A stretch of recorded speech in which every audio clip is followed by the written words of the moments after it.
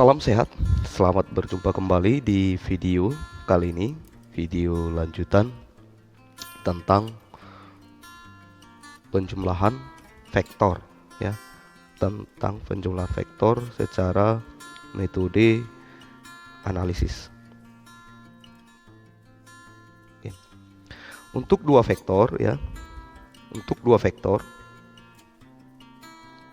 dua vektor setitik tangkap, penjumlahannya misalkan ini sebuah vektor A, ini vektor B,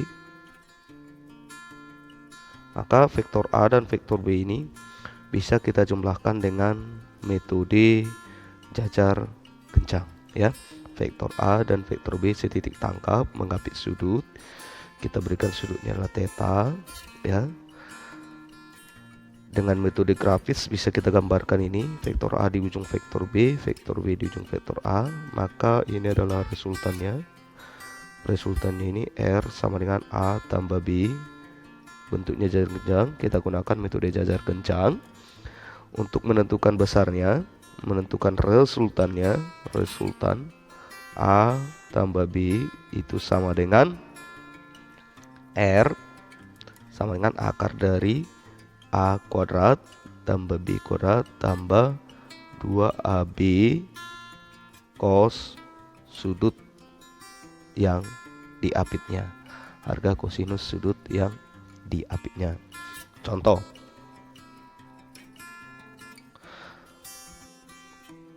misalkan ada dua buah vektor, ini F nya sama dengan 3 Newton, ini F2 sama dengan 8 Newton, maka kedua vektor ini misalkan mengapit sudut 60 derajat. Yang ditanya di sinilah resultannya, R sama dengan berapa. Kita jawab.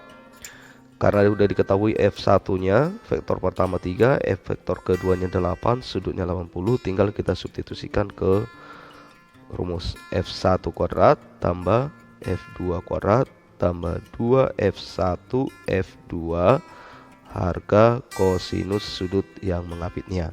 Maka kita sederhanakan lagi, kita substitusikan, maka besarnya resultannya ini R itu sama dengan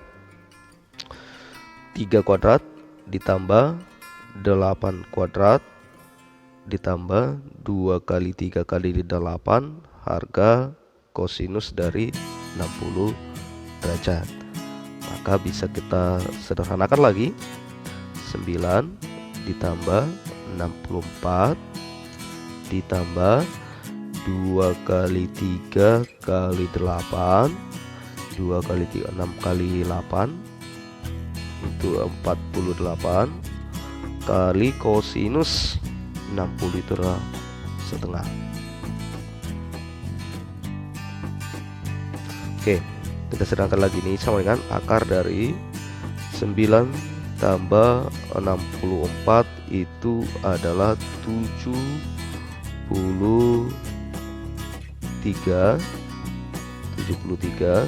ditambah 48 dikali setengah itu adalah 24. Maka hasilnya akan kita dapatkan hasilnya adalah akar dari 97. Inilah resultan kedua vektor, akar 97. Oke, ini untuk dua vektor. Bagaimana kalau vektornya lebih dari 2? Untuk vektor yang lebih dari 2, kita mengenal istilah dengan metode yang kita gunakan untuk menjumlahkan. Jika vektor yang lebih dari 2, kita gunakan dengan komponen vektor. Oke, untuk menentukan komponen vektor, misalkan di sini ada sebuah vektor A berada di antara sumbu X dan juga sumbu Y. Kalau vektor A kita konversi ke sumbu X, itu kita beri AX. Vektor A besar, nilai vektor A ke sumbu Y itu kita namai AY. Dan AX dan AY itulah yang disebut dengan komponen vektor A. AX dan AY. Untuk menentukan nilai dari komponen vektornya, untuk menentukan besar nilai dari komponen vektor A ini, AX dan AY, kita menggunakan aturan trigonometri. Oke, kalau Bapak ini misalkan segitiga ini, saya gambarkan ya. Ini sudut theta. Ini saya gambarkan. Berarti ini adalah AX-nya. Ini A. Ini adalah A. I, sisi AX dari.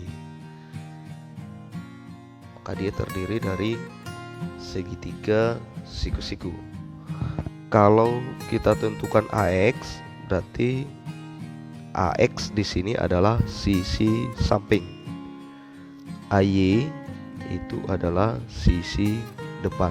Ini depan, ini samping. Tetanya diketahui, maka AX dan AY bisa kita dapatkan. Oke. Untuk AX, karena dia sisi samping, trigonometri yang menggunakan samping itu adalah cos. Oke.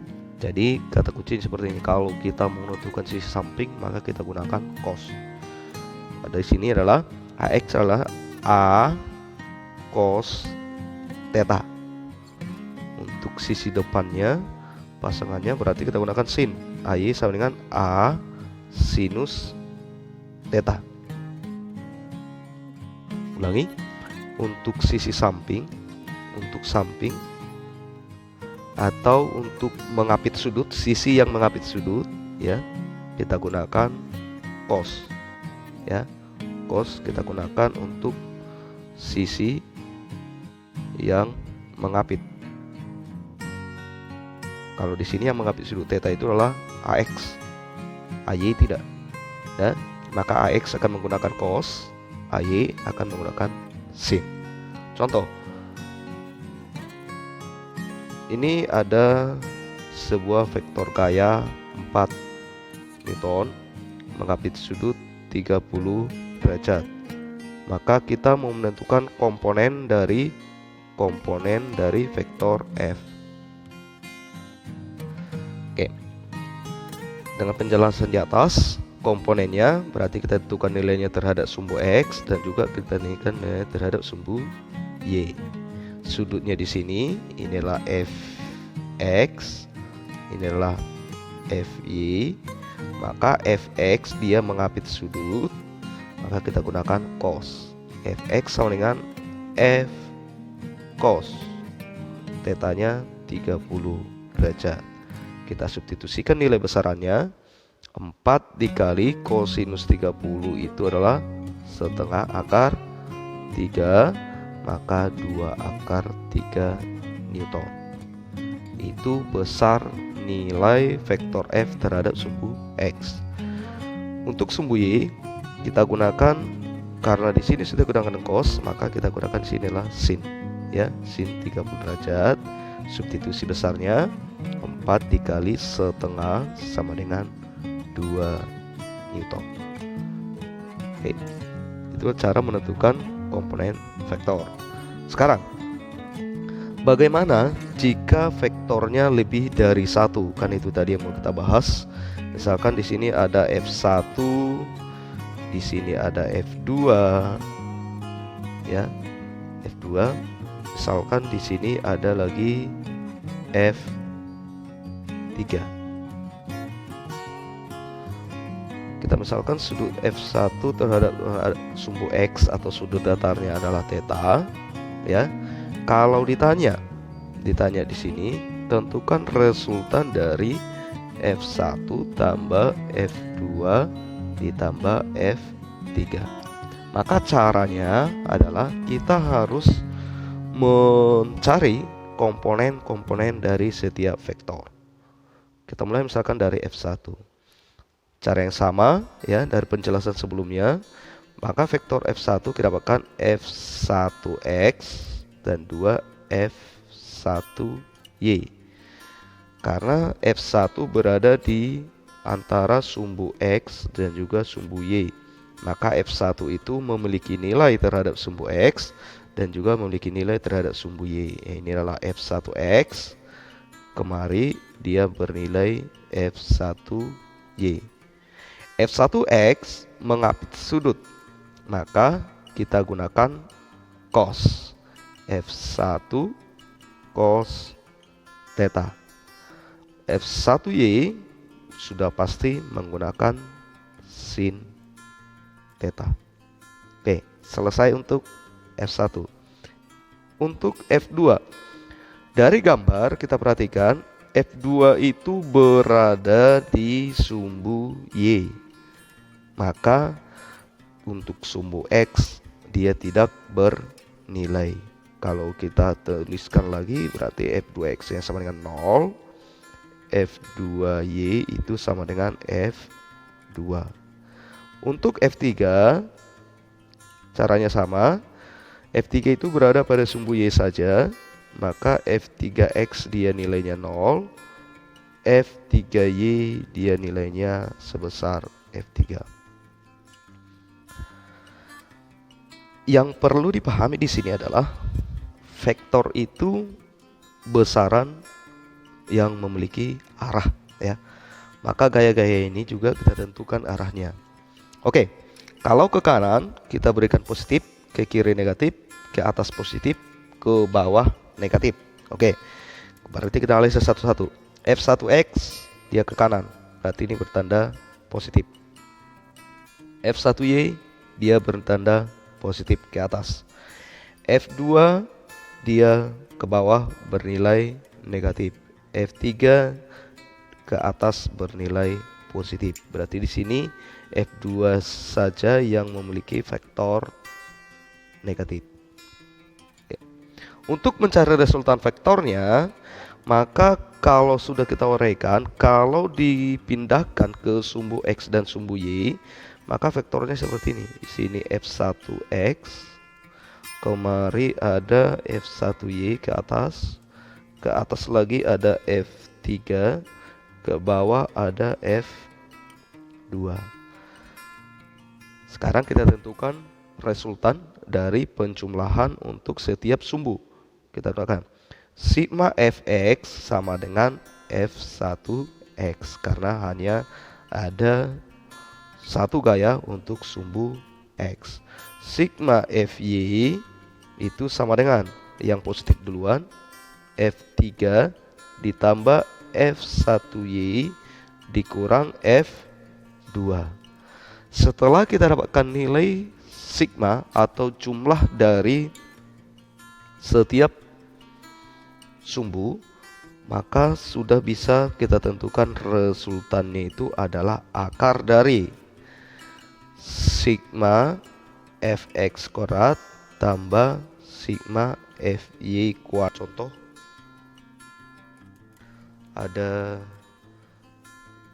3 buah vektor, misalkan sini kita buat vektor pertama 10 akar 2 Newton, vektor kedua dia di sumbu Y positif 20 akar 2 Newton. Di sini ada vektor ketiga F3 10 Newton membentuk sudut 45 derajat terhadap sumbu X negatif. Yang ditanya resultan dari vektornya. Untuk menyelesaikannya, yang pertama kita tentukan komponen dari setiap vektor.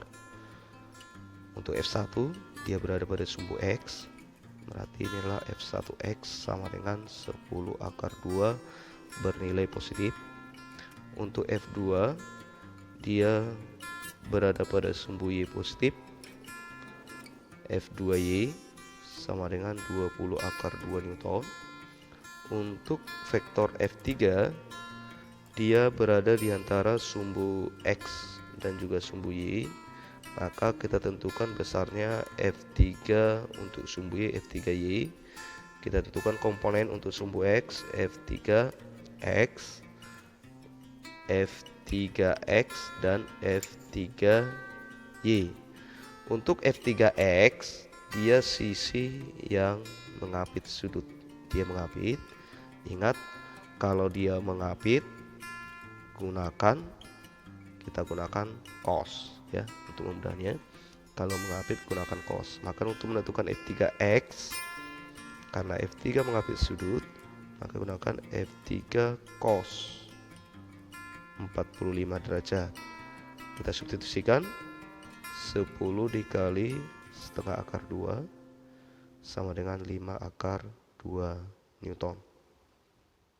Untuk F3Y, karena F3X sudah menggunakan cos, maka F3Y itu pasti menggunakan sin 45 derajat. Substitusikan lagi nilainya, setengah akar 2 sama dengan 5 akar 2 Newton. Oke, setelah kita tentukan ya komponen vektornya, yang kita kembali memperhatikan arah ya. Untuk F3 ya, F3Y dia berada di sumbu Y negatif, F3X juga di sumbu X negatif, maka F3Y dan F3X nilainya ini adalah bertanda negatif.